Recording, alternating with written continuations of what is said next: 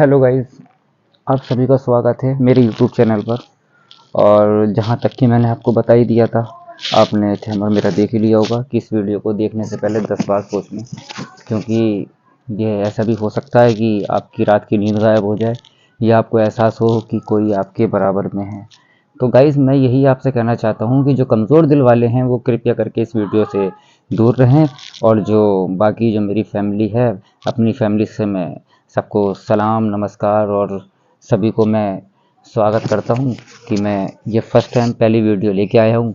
और जो मेरी फैमिली है, मैं अपनी फैमिली से यही कहना चाहता हूँ कि फ्रेंड्स, मेरी ये वीडियो है और आप लोग मुझे अगर कोऑपरेट करेंगे तो मैं आगे से आगे चलूँगा। मेरे जितने भी मेरे फैमिली मेम्बर बनेंगे मुझे बहुत अच्छा लगेगा। ठीक है भाइयों। बाकी मैं आपको अपनी कहानी सुनाना चाहता हूँ। ये कहानी मुझे श्री बंसल लाल ने भेजी है और वो बताते हैं कि आज से लगभग, जिस अभी तो फिलहाल वो रिटायर हो गए, उस टाइम वो रिटायर नहीं हुए थे, उनका तबादला हुआ था। और जब उनका तबादला हुआ तो वो उस टाइम एक ये जगह पड़ती है रायखेड़ा। एक रायखेड़ा नाम की एक जगह थी, वहाँ पर उनका तबादला हुआ।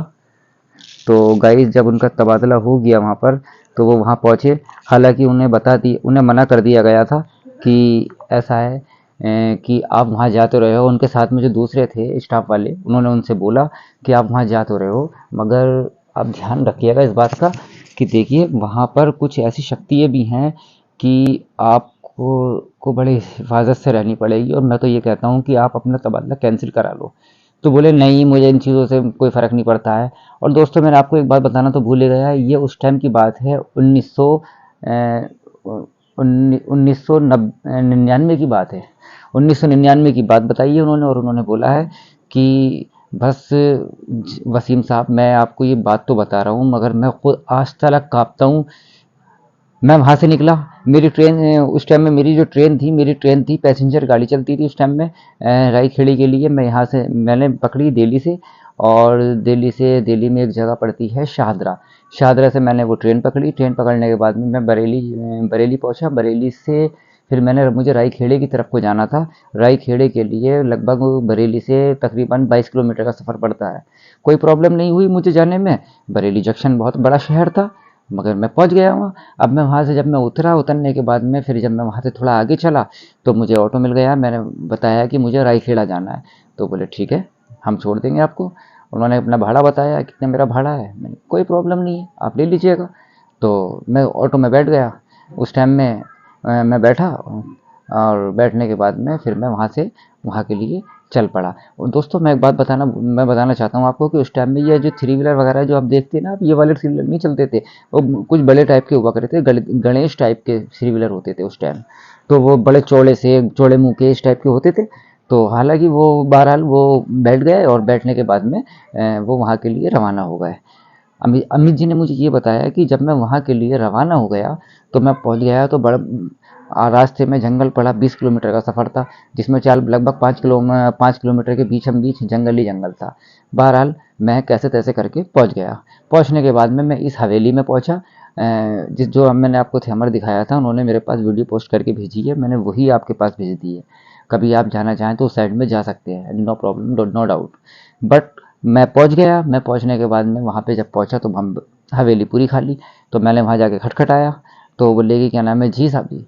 तो अचानक से कोई निकल के आया और बोले कि मैं दिल्ली से आया हूँ, मेरा यहाँ तबादला हुआ है। तो बोले ओह जी जी साहब जी सी। तो उन्होंने उठाया, उन्होंने सामान वामान उठवाया और वो ले चले गए। तो बोले कि और कोई नहीं है यहाँ। तो बोले नहीं, कोई नहीं है साहब जी, ये आप ही के रहने के लिए है। तो बोले यहाँ तो बहुत ही दहशत सी हो रही है। तो बोले नहीं साहब जी, बाकी यह है कि आप अपना ख्याल रखिएगा। बोले ठीक है। अब वो बहरहाल वहाँ पे गए, जाने के बाद में वो लेट गए। अब वो लेटने के बाद वहाँ पे उन्होंने अपने फ्रेश हुए। फ्रेश होने के बाद में अपने खाने वाना उन्होंने अपने नौकर ने खाना वाना बना दिया। और उसके बाद में जब वो खाना वाना खा लिया तो उन्होंने नौकर बोला कि साहब जी, आपसे एक बात कहना चाहता हूँ मैं कि आप खाना खाने के बाद में कमरे से बाहर मत निकलिएगा। क्योंकि वो तो गार्ड रूम में था, क्योंकि उसे बाहर बैठना था। तो बोले क्यों, क्या मतलब। तो बोले साहब जी, यहाँ पर कुछ ऐसी शक्तियाँ हैं जो कि रात में परेशान करती हैं। तो बोले नहीं, मैं इन चीज़ों को नहीं मानता। क्योंकि वो कॉमन आदमी था, वो इन चीज़ों से कोई भी वास्ता पड़ा नहीं था उनका। बहरहाल वो मान गए कि ठीक है, कोई ऐसी प्रॉब्लम, तुम अपना देखो, बाकी मेरे को रेस्ट करना है। बोले ठीक है सर, आप जाइए, आप रेस्ट करिए। तो बहरहाल वो रेस्ट करने के लिए गए। रेस्ट करने के बाद में अचानक से उन्हें आवाज़ आई। जब आवाज़ आई तो आवाज़ में बहुत ही ज़्यादा इस तरीके की आवाज़ थी, कभी कोई चीज़ गिर रही है, कभी कोई चीज़ गिर रही है, कभी किसी की चीखने की आवाज़ आ रही है। उनकी आँख खुल गई। बहरहाल जब उनकी आँख खुली तो खुलने के बाद में कुछ देर के बाद में उन्होंने देखा इधर-उधर, फिर वो सो गए। उसके बाद में फिर आवाज़ आई उन्हें बहुत तेज़, कि जैसे कोई छत के ऊपर भाग रहा है बहुत तेज़-तेज़, और कोई क्या नाम है हथौड़ा बजा रहा है। तो बहुत परेशान हुए। तो फिर उनकी आँख खुली। तो जब उनकी आँख खुल गई तो उन्होंने पूछा कि क्या नाम है, फिर वो बाहर गए निकल के। तो बाहर उन्होंने देखा कोई नहीं। तो उसके बाद में वो देखते हैं कि कोई सफ़ेद साड़ी में कोई लेडीज़, वो ऊपर से नीचे, सबसे ऊपर खड़ी हुई और नीचे की तरफ को वो सुसाइड अटेंड कर रही, बार बार उसी चीज़ की आवाज़ आ रही भट देनी। उसके बाद में फिर आवाज़ आती चीखने की, फिर वही। अब वो देखने के बाद में वो तो चीख निकल गई उनकी, कि बोले यहाँ से अभी किसी ने सुसाइड करी है। एकदम वो आ गया। तो बोले क्या हुआ साहब जी, क्या हुआ? तो बोले यहाँ से अभी किसी ने सुसाइड करी है। तो बोले सुसाइड करी है? तो बोले लगता है साहब जी आपने देख लिया। बोले साहब जी आप परेशान ना हो, यहाँ पर आपके और मेरे अलावा कोई भी नहीं है, और आप अपने कमरे में लेटिए और सुबह बात करेंगे। आप जाइए, मैं आपसे ज़्यादा बात नहीं कर सकता, और अगर आप अब से दोबारा चिल्लाए तो मैं आऊँगा भी नहीं। बोले ठीक है, कोई बात नहीं है। बहरहाल वो बैठ गए और लेट गए। अब वो कुछ टाइम के बाद में अचानक से फिर जब सुबह सुबह के टाइम सुबह हुई, सुबह होने के बाद में देखा तो वहाँ कुछ नहीं। उसके बाद में उन्होंने, जब वो नौकर आया, नौकर से पूछा कि क्या हुआ? नौकर बोला क्या नाम है कि साहब जी आप कल रात बहुत डर गए थे। आप एक काम करिए, आप यहाँ से लगभग आधा किलोमीटर आगे ही थोड़ी सी दूरी पर एक गांव है, आप वहाँ रहना शुरू कर दीजिए, ये जगह आपके मतलब की नहीं है। तो हालांकि वो नौकर कहा जा रहा था। हालांकि एक बात और मैं बताना चाहता हूँ, उनसे ये बोला गया था कि आपको वहाँ जाना है, ये नहीं कहा गया था कि क्या नाम है हवेली वही है। उन्होंने खाली हवेली पूछी, उन्होंने कहा ठीक है मेरा ट्रांसफ़र हुआ है, तो उन्होंने बुला लिया अंदर। बहरहाल अभी ये डाउट क्लियर नहीं हुआ था कि ये हवेली वही थी जहाँ इन्हें जाना था, या वो हवेली कोई गांव में थी। समझ रहे हैं आप बात को? मैं अभी आपको ही पहले ही क्लियर कर देता हूँ। बहरहाल उन्होंने फिर इस काम को करा, फिर वो गए। तो जब वो सो गए तो अगले दिन वो जो नौकर था, वो नौकर जब ये सो रहे थे तो उनके सामने आके खड़ा हो गया। साहब जी मैंने आपसे बोला था ना कि आप यहाँ से चले जाओ, आप नहीं माने, अब आप भी मरोगे। अब वो देखने लगा और चीखने लगा कि ये क्या हुआ, ये कैसे हुआ, ये क्या, कौन है? बहुत चिल्ला रहा, बहुत ज़्यादा। तो एकदम से वो कैसे तैसे करके जब वो गेट पे पहुंचा तो भैया गेट जो है बंद हो गया, वो गेट ही नहीं खुल रहा। फिर वो भागते भागते भागते भागते वो कैसे तैसे करके वो जीने पे ऊपर चढ़ा। चढ़ने के बाद में, और जहाँ पे पाँव रखे वहाँ से ही पत्थर नीचे गिरे, जहाँ पाँव रखे वहाँ से ही पत्थर नीचे गिरे। अब वो परेशान कि मैं क्या करूं। अच्छा, पीछे की तरफ को पानी एक तालाब सा बना हुआ था। उस तालाब में उसने इधर देखा उधर देखा। जब उसने देखा कि ऊपर कोई आ रहा है तो उसने वहां से जंप लगा दी। बहरहाल वो तालाब में तो नहीं गिर पाया, उसके बराबर में गिरा और वो बेहोश हो गया। अब वो सुबह के टाइम में कोई खेती बाड़ी वाले जो लोग होंगे वो जा रहे होंगे निकलते हुए, उन्होंने देखा। देखने के बाद में उठाया कि बोले यहाँ पे क्या कर रहे हो?